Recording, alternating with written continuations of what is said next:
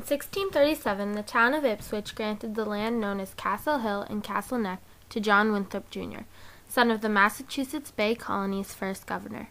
For the next 2 centuries, the land was farmed by a succession of owners, including Manasseh Brown, who purchased the property in 1843. His son, John Burnham Brown, posed an interest into the land and in 1866 added roadways and many trees to the dramatic vistas and natural features. Eventually, the land was in the hands of Richard Teller Crane in 1910, who would eventually build Crane's Castle.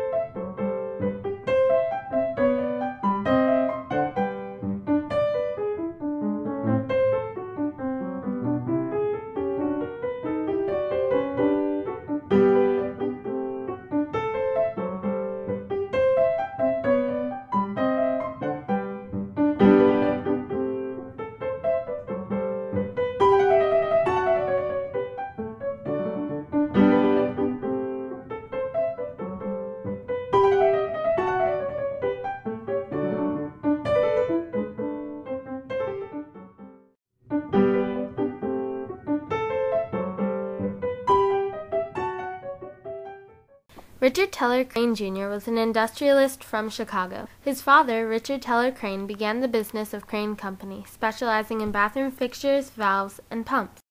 Back then, this was one of the most well-known names in the plumbing industry.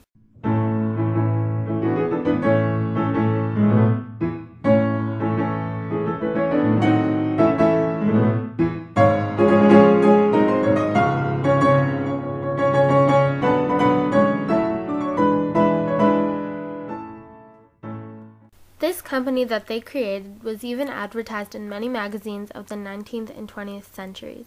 Many of these advertisements are displayed in the home today. Here are some examples of how this company was advertised in some magazines.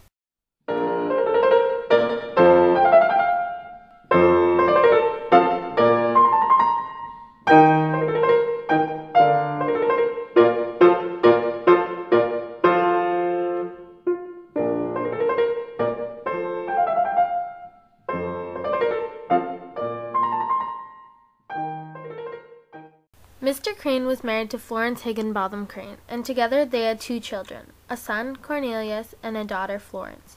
This Midwestern family decided to make their way to the North Shore for the summers, where they built the home or castle of their dreams.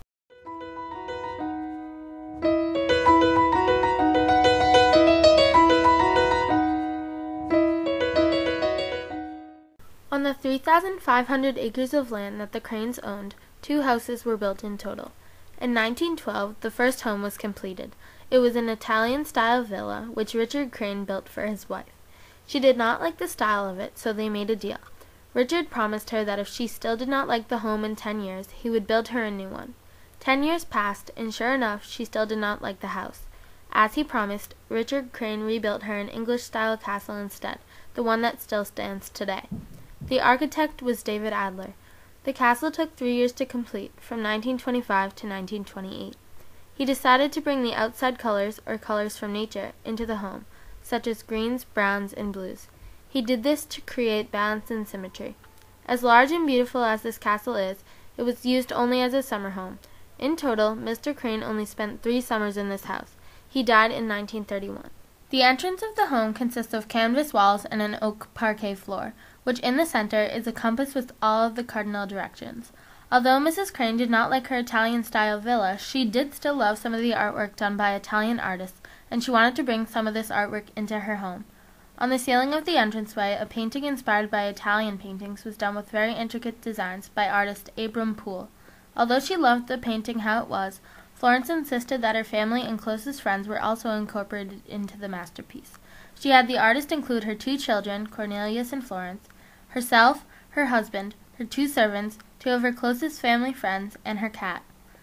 Trailing off from the entrance is the library. It had English paneling and coals were burned for heating. Above the fireplace, Grinling Gibbons carved very intricate woodwork along the overmantel, with grapes, vines, flowers, and many other things. These carvings were made out of lime wood. Leading to the rest of the home was the gallery. It was a place where the family pictures and portraits were hung, and where social events were sometimes held. The gallery is 63 feet long and 15 feet wide, with 15-foot high ceilings. Branching off from the gallery is the kitchen, which had cabinets made out of mahogany. It had a 2-story pantry, a pastry room, and also 2 side-by-side cooking rooms. The pantry had swing doors, which was a convenient and new invention. Employees could now carry things in both hands without worrying about opening and closing doors. In between the 2 kitchens was the Lazy Susan, one of the many inventions of Mr. Crane. If items were being cooked in one room and wanted to go into another, they were simply placed on the Lazy Susan and then transported into the next room. The kitchen had many more of Mr. Crane's inventions. A large heated table was in the center of the room to keep food items warm. It was heated by 2 steam broilers in the basement, with pipes that led up to the table. There was also a dumbwaiter to transport food from floor to floor. Connected to the kitchen was a refrigerator room. For parties, the Cranes had 100 employees working outside and 60 working inside of the kitchen. Next to the kitchen was the dining room. It was painted green because it was Mrs. Crane's favorite color. When parties were held by Mrs. Crane, they were held in the dining room with about only 20 people. If Mr. Crane planned and hosted the party, it was not held in the dining room. Instead, it was usually held outside with close to 500 guests. He liked very extravagant parties. A famous guest that has set foot in the dining room was Woodrow Wilson. Also, part of the movie Ghosts of Girlfriends Past was filmed right in this dining room in 2009. Next to the dining room is the key room and the butler's housing. They are associated together because the butler was the keeper of over 200 keys. This made him the most important servant because he was the owner of every single room. Outside of the dining room is the stairs. Leading up to them is a portrait of the Crane children, Cornelius and Florence. The portrait was painted by Lydia Emmett. Upstairs were the bedrooms. Richard and Florence Crane had separate bedrooms, which was normal in this period of time. In Florence's room, a 1919 charcoal painting of her by John Singer Sargent was hung. In Richard's room, there is also a portrait of him from 1923. In each bedroom there was a call system. It had 4 buttons on it for services, such as the maids or the butler. Cornelius and Florence also had their own bedrooms. Each of their bedrooms had a terrace, a screened-in porch, and a separate dressing area with built-in closets and shelves. Because Cornelius loved the sea, his bedroom faced the ocean. Also, a model boat of Ilra is displayed nicely in his room. Along with bedrooms upstairs, there were also bathrooms. Because Mr. Crane was the owner of the Crane Plumbing Company, all of the bathroom fixtures had the Crane label on them. Every bathroom was different, with its own design and specialties.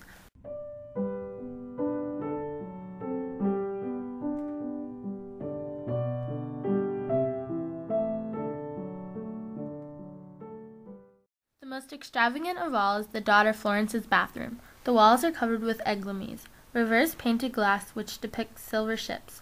Among all of the tiles, 3 of them are not just ships. If you look closely, there are other pictures hidden within them. There is one with the face of a person, one with a horse hidden within, and another with a fish. The doorknob entering this bathroom was also different than all of the others in the castle. It was blue and made out of cobalt. Historians still don't know why Florence was the only one in the home to get the cobalt doorknob. The 3rd floor is a ship or chart room with a spiral staircase leading up to it. The room was designed to hold the family collection of nautical artifacts, charts, and ship models. Outside of the castle, the beauty continues on.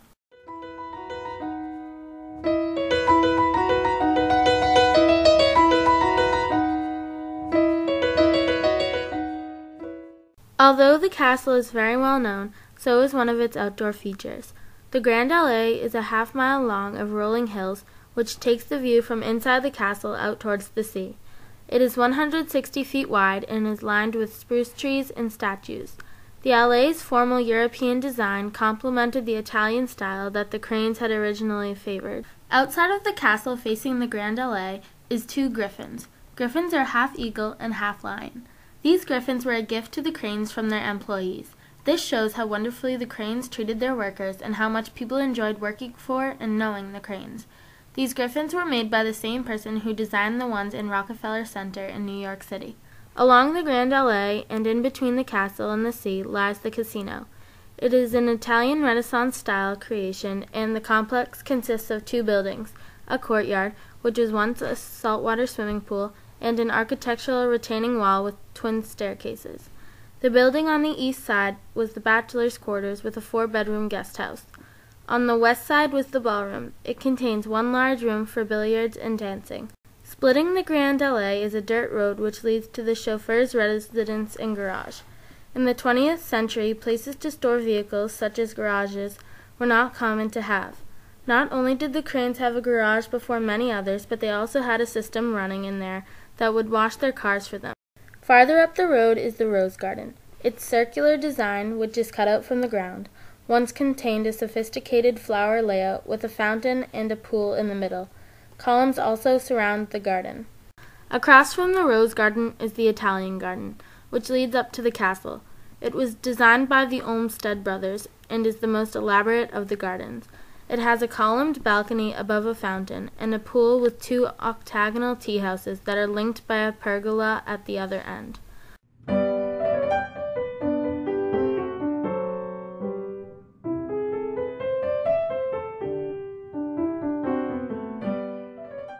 On the right side of the castle, the side viewing the sea, a grass tennis court was once created, until clay courts came into style.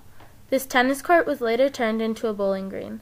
Next to the bowling green, Mr. Crane hired someone to construct a maze made out of hedges. He did not do this for nothing, though. Because the Crane children lived far from the commotion of the rest of the town, they did not get to see other children very much. Also, Cornelius was often sick.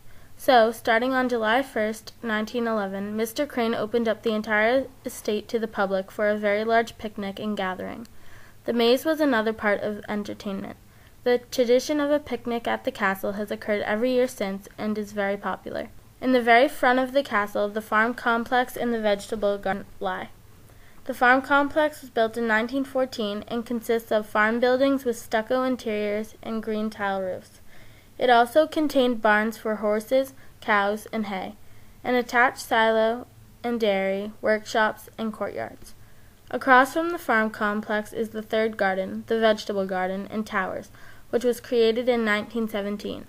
It is completely surrounded by stone walls and contains 2 towers with the symbol of a castle tower on it, similar to a symbol engraved in the ground of the casino. Lastly, the Crane estate is accompanied by what is known as the Inn at Castle Hill. It was originally built by J.B. Brown, who owned the estate before the Cranes, and was then known as the Brown Cottage. Later on, Cornelius Crane moved in with his wife and renovated it, and in 2000 it was made into a bed and breakfast where people can stay today. When Richard Crane died in 1931, 350 acres of his estate was donated to the Trustees of Reservation, a private, non-profit land conservation organization. The rest of his estate passed on to his wife Florence. In 1945, the Crane family donated much of their private beach and dunes to the trustees. When Florence Crane died in 1949, the rest of the property, including the mansion, was given to the organization as well. Today, the Crane's castle is visited by many people each day, and during the summer it is always very busy. People of the Ipswich area often visit Crane's Beach, and at the castle, concerts and weddings are held on a regular basis. The Crane estate is important to the understanding of American history for several reasons. It is a great example of how the wealthy lived and how all of this came out of a plumbing business, which is still very popular today. It also shows what some of the jobs of the early 1900s were like, and the Crane estate also contains some important inventions of Mr. Crane, such as a dumbwaiter, a heated table, and a Lazy Susan. Richard Crane also made one of the first transit calls across the Atlantic to England. The Crane estate and the Crane family will be known for several years, and without their accomplishments, life could be very different in America.